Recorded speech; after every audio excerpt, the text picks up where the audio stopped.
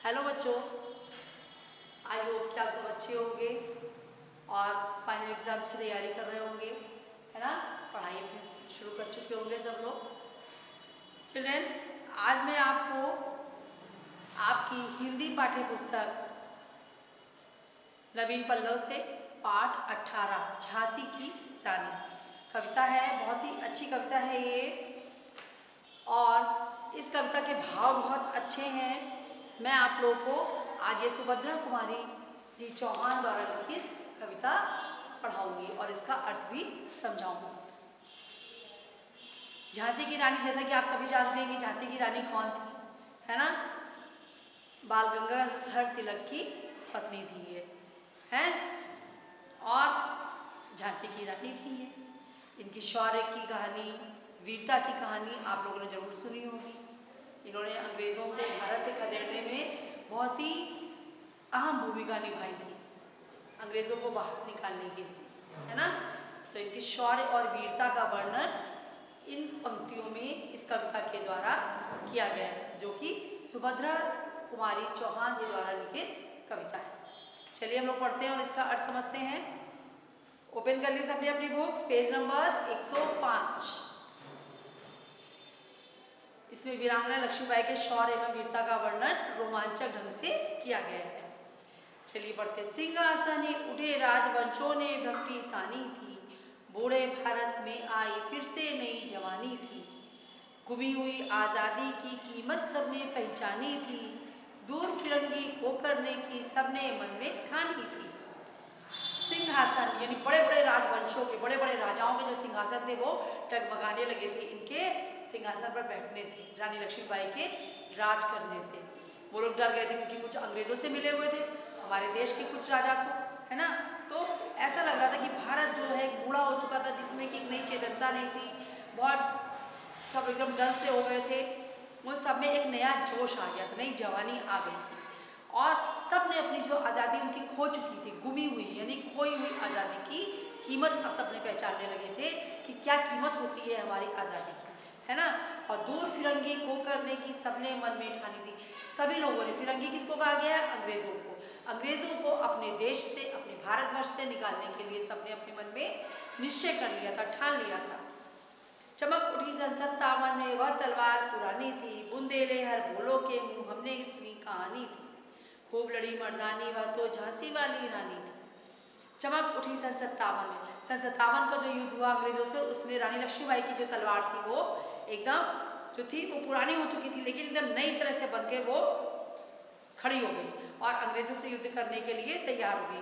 वह तलवार पुरानी, उनकी तलवार जरूर पुरानी थी, लेकिन उनके मन में जो निश्चय था, दृढ़ निश्चय उन्होंने अंग्रेजों को निकालने का कर लिया था, वो एकदम नया था। बुंदेले हर बोलो की, बुंदेले बोला गया है, बुंदेलखंड में रहने वाले जो लोग होते हैं वो गा गा कर अपने राजाओं की, महाराजाओं की, रानियों की गाथाएं जो है लोगों को सुनाते हैं, तो उनको कहा गया हर बोलो। हर बोलो उन्हीं को कहा गया, ये बुंदेलखंड के रहने वाले लोग होते हैं और राजाओं की वीरताओं के और रानियों की वीरताओं के गीत ये गाते हैं। खूब लड़ी मर्दानी वह तो झांसी वाली रानी थी, और वो मर्दानी यानी कि मर्दों की तरह, आदमियों की तरह, पुरुषों की समान लड़ने वाली वह झांसी की रानी थी। कानपुर के नाना की मुंह बोली बहन छबीली थी, लक्ष्मी माई नाम पिता की वह संतान अकेली थी।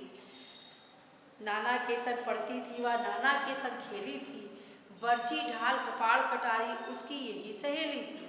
कानपुर के जो नाना थे, नाना साहब, उनकी ये मुंह बोली बहन थी। उनकी अपनी कोई बहन नहीं थी, उन्होंने इनको अपनी बहन बना रखा था। मुंह बोल जैसे कह देते ये मेरी बहन, इस प्रकार से उन्होंने भी लक्ष्मीबाई को अपनी बहन माना हुआ था।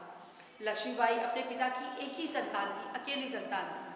वह नाना के साथ में ही पढ़ती थी, बड़ी हुई, उन्हीं के साथ खेलती थी और उन्हीं के साथ उन्होंने बर्छी ढाल कृपाण कटारी ये सब चलाना सीखा और यही सब उनकी सहेलियां भी बन गई।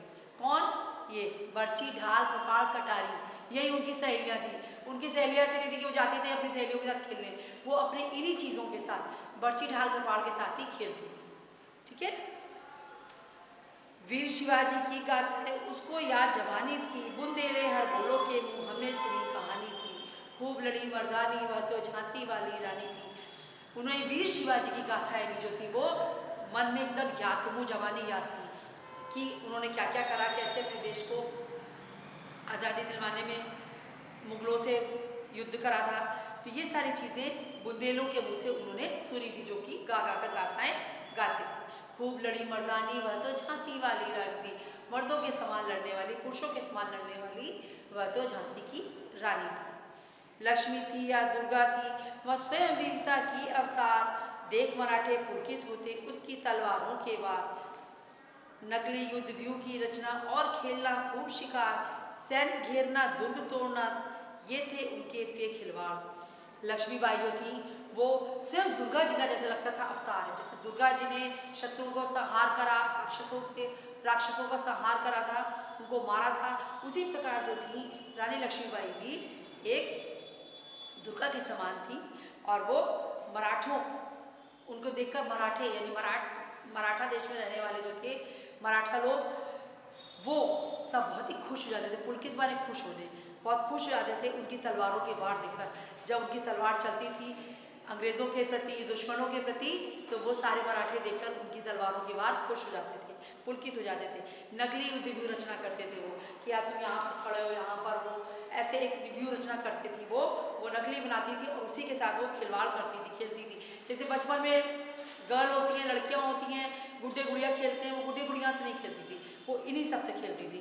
नकली व्यू रचना वगैरह बनाती थी और उसमें वो रानी बन जाती थी, फिर पूरी सैनिकों से घिर जाती थी, फिर सैनिकों से कैसे दुर्ग तोड़ती थी, दुर्ग माने किला, कैसे किले को तोड़ना था, ये सब उनके प्रिय खिलवाड़ थे। महाराष्ट्र कुल देवी उसकी भी आराध्य भवानी थी, बुंदेले हर बोलो के मुंह हमने सुनी कहानी थी, खूब लड़ी मर्दानी वह तो झांसी वाली रानी थी। महाराष्ट्र की कुल देवी भी उनकी आराध्य देवी थी, यानी उनकी कुल देवी थी, वो उनकी आराधना करती थी वो उन देवी की।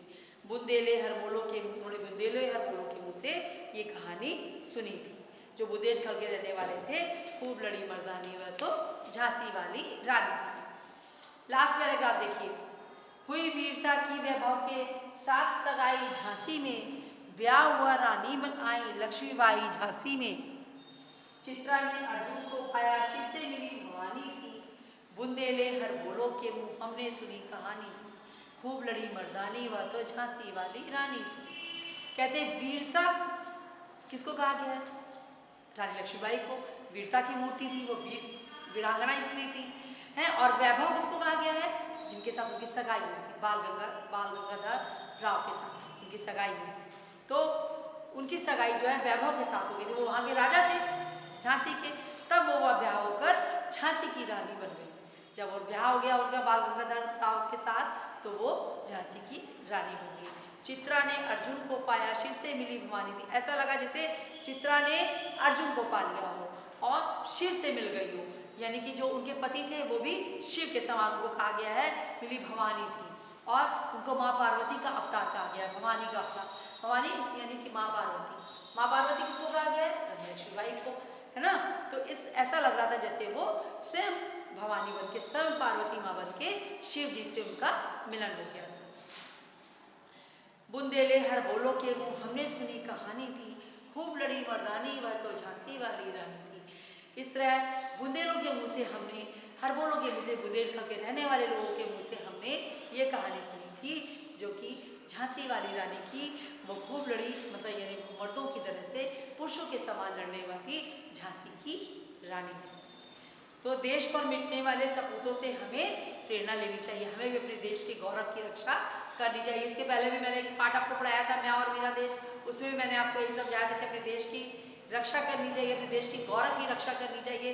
देखिए ये आज नहीं है हमारे बीच में रानी लक्ष्मीबाई जी, लेकिन इनकी इस कविता के द्वारा हमको लगता है जैसे वो हमारे सामने, उनका पूरा वर्णन कर दिया गया है ना, कि किस प्रकार से उन्होंने अंग्रेजों को देश से बाहर निकाल दिया। आई होप चिल्ड्रन कि आप लोगों को इसका अर्थ समझ में आया होगा।